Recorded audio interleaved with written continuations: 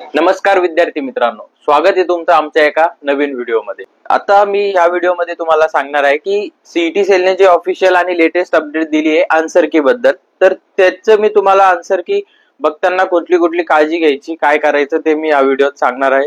तसंच काही पेरेंट्सचा मला एक क्वेश्चन होता की इंजिनिअरिंगला स्कोप आहे का, तर ह्या सुद्धा प्रश्नाचं उत्तर मी तुम्हाला या व्हिडिओमध्ये देणार आहे। व्हिडिओ थोडा मोठा होणार आहे, बट मी सगळ्या गोष्टींचं डिटेल एक्सप्लेनेशन तुम्हाला देणार आहे। चला आता आपण बघूया, काल जे सर्क्युलर आलंय रात्रीला सीईटी सेलनी, खरं तर त्यांना ते 18 तारखेला टाकायचं होतं, कारण त्या सर्क्युलरवर डेट आहे 18/5, पण त्यांनी ते 17 तारखेलाच टाकलं। यावरून आपल्याला सीईटी सेलचा कारभार थोडा लक्षात येतो, बट असो तो भाग वेगळा। 19 तारखेपासून पीसीबीची तुमची आन्सर की रिलीज होणार आहे, तर आणि पीसीएमची जी आहे त्यांनी डेट नाही दिली आहे, पण मागच्या बऱ्याचशा वर्षांच्या अनुभवानुसार 21 ला ती तुमची जी क्लोज होती 21 की 22 ला, त्याच्या नेक्स्ट डे लगेच पीसीएमची पण येते। आन्सर की बघताना तुम्हाला एक काळजी घ्यायची असते, कारण बऱ्याचशा वेळेस मुलाला मार्क्स पडलेले असतात, पण मुलाचं म्हणणं असतं की मला मार्क्स पडून सुद्धा एवढे कमी पर्सेंटाईल का आले, तर त्या कंडिशन मध्ये सीईटी सेल तुमच्याकडून तुमच्या आन्सर कीची कॉपी मागत असतं। त्यामुळे आन्सर की आल्यानंतर तुम्ही ती कॉपी घ्यायची। आता आन्सर की डाउनलोडचं ऑप्शन सीईटी सेल देत नाही, पण एक एक्सटेन्शन आहे, मी तुम्हाला व्हॉट्सअपला टाकेल। ते एक्सटेन्शन जर तुम्ही तुमच्या क्रोम मध्ये लावलं तर तुम्ही ते पूर्ण वेब कॅप्चर करू शकतात, त्यानंतर ते पीडीएफ मध्ये कन्वर्ट करून देतं। त्यामुळे आन्सर की आल्यानंतर पहिल्यांदा तुम्हाला ते वेबचं कॅप्चर घ्यायचं आहे, जेणेकरून भविष्यात कुठलाही काही प्रॉब्लेम आला, पर्सेंटाईल कमी आले चांगले मार्क असून सुद्धा, तर त्यावेळेस ऍज अ प्रूफ ते सीईटी सेल मागत असतं। ज्या मुलांना ऑब्जेक्शन घ्यायचे आहे त्यांनी 1000 रुपये भरून तुम्हाला ऑब्जेक्शन घ्यावं लागतं। त्यामुळे विचारपूर्वक कुठलंही ऑब्जेक्शन घ्या। तुमच्या कोचिंग क्लासेसच्या टीचरशी डिस्कस करा की हा क्वेश्चन बरोबर आहे का, चुकीचा आहे का। उगीच 1000 रुपये वाया घालू नका, पर क्वेश्चन 1000 रुपये आहे, याची सर्वांनी नोंद घ्यावी। आता आपण पुढे आणि आपला जो मेन मुद्दा आहे की रिझल्ट केव्हा येणार आणि पुढचं इंजिनिअरिंगला स्कोप आहे का, तर आन्सर की आल्यानंतर म्हणजे जूनच्या पहिल्या आठवड्यात रिझल्ट लागण्याची शक्यता आहे। सीईटी सेलचं इम्पॉर्टंट डेटचं अपडेट सुद्धा या वीक मध्ये सीईटी सेल टाकणार आहे। काल मी सीईटी सेलला कॉल लावून विचारलं, तर ते बोलले की या गुरुवार शुक्रवार पर्यंत तुम्हाला किंवा बुधवार पर्यंत लवकरात लवकर तुम्हाला इम्पॉर्टंट डेट्सचं अपडेट येऊन जाईल। पूर्ण कॅप राऊंड केव्हा होणार आहे, कॅप 1 ची तुमचं रिपोर्टिंग कधी आहे, कॅप राऊंड 2 कधी सुरू होणार आहे, कॅप 2 ची रिपोर्टिंग कधी, हे सर्व त्या डिटेलमध्ये दिलेलं असतं। त्या तारखांनुसार आपल्याला ती प्रोसेस करावी लागते। त्यामुळे तुम्ही टेन्शन घ्यायचं काही कारण नाही, लवकरच आपलं इम्पॉर्टंट डेट्सचं सर्क्युलर सीईटी सेलच्या वेबसाईटला तुम्हाला दिसेल।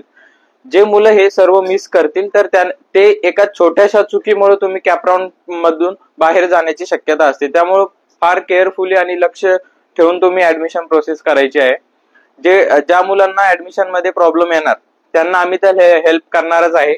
आमच्या काउन्सिलिंगच्या बॅचेस आम्ही लॉन्च केल्या आहेत, त्यामध्ये तुम्हाला प्रत्येक मुलाला जे सक्सेस आणि इलाइटचं जी बॅच आहे त्यात ब्रांच गायडन्स, म्हणजे त्या स्पेसिफिक ब्रांच मध्ये काय आहे, त्यानंतर त्याचं फ्युचर स्कोप काय आहे, टियर 1 टियर 2 कॉलेजच्या प्लेसमेंट कशा जातात, हे सर्व आम्ही तुम्हाला त्यामध्ये सांगणार आहेत। एक वेगळी त्यांच्यासाठी फक्त स्मार्ट स्टार्ट म्हणून एक फक्त कॉलेज लिस्टची सुद्धा आम्ही बॅच लॉन्च केली आहे, ज्यामध्ये तुम्हाला तुमच्या पर्सेंटाईल कास्टच्या अकॉर्डिंग कॉलेज लिस्ट मिळणार आहे। चला तर हा विषय बाजूला ठेवून आपण आपला जो मेन मुद्दा आहे की इंजिनिअरिंगला स्कोप आहे की नाही यावर फोकस करूया। आता बऱ्याचशा पॅरेंट्सचं म्हणणं असतं की आमच्या शेजारचा मुलगा आहे, आमच्या शेजारची ताई आहे, तिची इंजिनिअरिंग झाली पण तिला काही प्लेसमेंटच नाही लागलं। काही जण असे पण असतात की इंजिनिअरिंग करून 24 25 लाखाचं पहिल्याच वर्षी प्लेसमेंट घेऊन जातात। तर इंजिनिअरिंगच्या ह्या दोन बाजू आहे। तुम्ही असं नाही की चांगली प्लेसमेंट भेटली म्हणजे इंजिनिअरिंगला स्कोप आहे आणि प्लेसमेंट नाही भेटली म्हणजे नाही, असं नाही। आता ही जी टेक्नॉलॉजी एवढी पुढे जातीये, कुठल्याही क्षेत्रात असो, तुम्ही आयटी सेक्टर मध्ये असो, ज्याला आता भरभराटीचे दिवस चालू आहे, त्यानंतर तुम्ही मेकॅनिकल सेक्टर मध्ये असो, इलेक्ट्रिकल सेक्टर मध्ये असो, प्रत्येक सेक्टर मध्ये तुमची टेक्नॉलॉजी पुढे जाते। त्यामुळे इंजिनिअरिंगची गरज ही प्रत्येक सेक्टरला आहेच, इंजिनियर्सची गरज।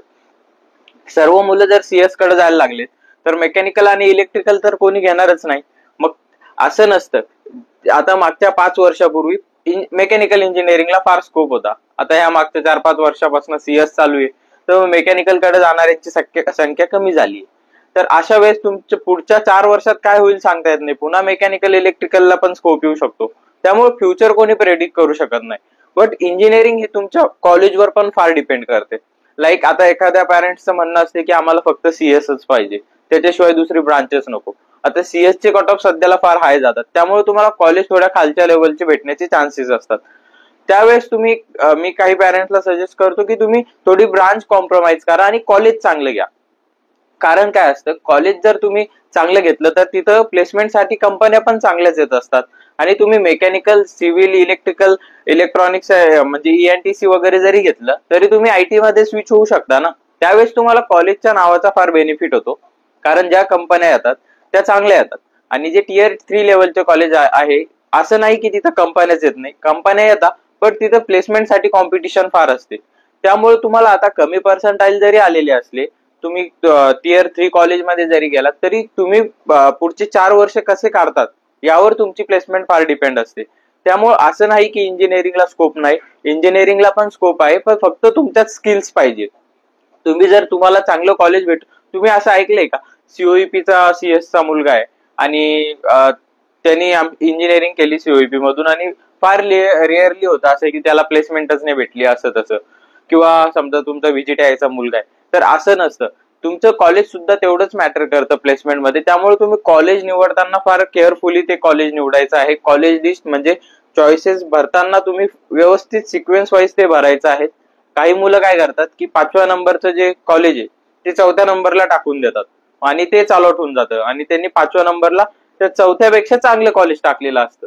तर असे चॉईसेस तुम्ही फील करायचे नाहीये. व्यवस्थित sequence wise, rank wise college, placement wise कॉलेजची लिस्ट तुम्ही टाकायची. काही मुलं नेट कॅफेवाल्यांकडे जातात. नेट कॅफेवाल्यांचं बऱ्याचशा कॉलेज सोबत टायअप असतं. ते काय करतात, न कळत म्हणजे मुद्दामूनच ते कॉलेज वर टाकून देतात की ते कॉलेज लागण्याचे मग जास्त चान्सेस तयार होतात. त्यामुळे तुम्ही नेट कॅफेवर जाणं जास्तीत जास्त अवॉइड करा. स्वतःला भरता येत असेल तर स्वतःहून चॉईस फिलिंग करा किंवा इलाइट ऍडव्हान्टेज बॅच मध्ये तुम्ही एनरोल केलं तरी चालेल. त्या बॅचचे जे स्टुडंट असतील ते त्यांचे फॉर्म आमची टीमच भरणार आहेत. त्यामुळे तुम्ही या गोष्टीची नोंद घ्यायची आहे की कॉलेज जेवढं आपल्या प्लेसमेंटला कॉलेज सुद्धा मॅटर करतं आणि तुमच्या स्किल्स ही तेवढंच मॅटर करतं. की जे लोक म्हणतात की इंजिनिअरिंग होऊन सुद्धा त्याला प्लेसमेंट गेली नाही, तर अशा लोकांसाठी माझं सांगणं आहे की इंजिनिअरिंगला स्कोप आहे. असं नाही की फक्त सीएसला स्कोप आहे, मेकॅनिकल, इलेक्ट्रिकलला सुद्धा स्कोप आहे. फक्त तुमच्यात स्किल्स किती आहे त्यावर ते डिपेंड करतं. जर तुम्ही त्याचा अभ्यासच केला नाही, तुमची बेसिक्सच क्लिअर नाहीये, तर ऑब्व्हियसली तुम्हाला कुठलीच कंपनी घेणार नाही. त्यामुळे ही गोष्ट तुम्ही तुमच्या डोक्यातून काढून टाका. आता कॅप राऊंड सुरू होत आहेत. कॅप राऊंड सुरू झाल्यानंतर प्रत्येकाने प्रत्येक इम्पॉर्टंट डेट्सवर तुमच्या लक्ष ठेवायचंय. कधी कुठली प्रोसेस सुरू होतीये, व्हेरिफिकेशन कधी आहे, स्लॉट बुकिंग कधी आहे, हे सर्व तुम्ही नीट केअरफुली लक्ष ठेवून राहायचंय. जे मुलं काउन्सिलिंग मध्ये एनरोल झाले त्यांना आम्ही त्यांचे सेपरेट ग्रुप केले, त्यावर त्याची अपडेट आम्ही देणारच आहोत. येत्या 21 तारखेपासून आम्ही प्रत्येक ब्रांचचा, लाईक समजा मेकॅनिकल आहे, सीएस आहे, सीएस चे स्पेशलायझेशन, त्यामध्ये काय असतं, म्हणजे कुठला सिलेबस असतो, त्याचा फ्युचर स्कोप काय, टियर 1 कॉलेजच्या ॲव्हरेज प्लेसमेंट किती चालू आहे त्या स्पेसिफिक ब्रांचच्या, टियर 2 च्या किती चालू आहे, हे सर्व आम्ही सांगणार आहे. त्यानंतर ब्रांच गायडन्स सुद्धा देणार आहे, ब्रांच सिलेक्शन मध्ये पण मदत करणार आहे. कारण बरेचसे जण दादा ही घेऊ का ती घेऊ यात कन्फ्युज असतात, त्यामुळे आम्ही ते सुद्धा तुम्हाला प्रोव्हाइड करणार आहे. कॉलेज लिस्ट सुद्धा तुमच्या प्लेसमेंट वगैरेच्या अकॉर्डिंग अरेंज करून देणार आहे. त्यामुळे जे मुलं अजूनपर्यंत एनरोल झाले नसतील त्यांनी लवकरात लवकर काउन्सिलिंग मध्ये एनरोल व्हा. 1-to-1 कॉल सपोर्ट आहे, मेसेज सपोर्ट आहे. एक एनरोल झाल्यानंतर तुम्हाला एक वेगळा नंबर देण्यात येईल, त्या नंबरवर तुम्हाला सर्व हेल्प प्रोव्हाइड केल्या जाईल. थँक्यू.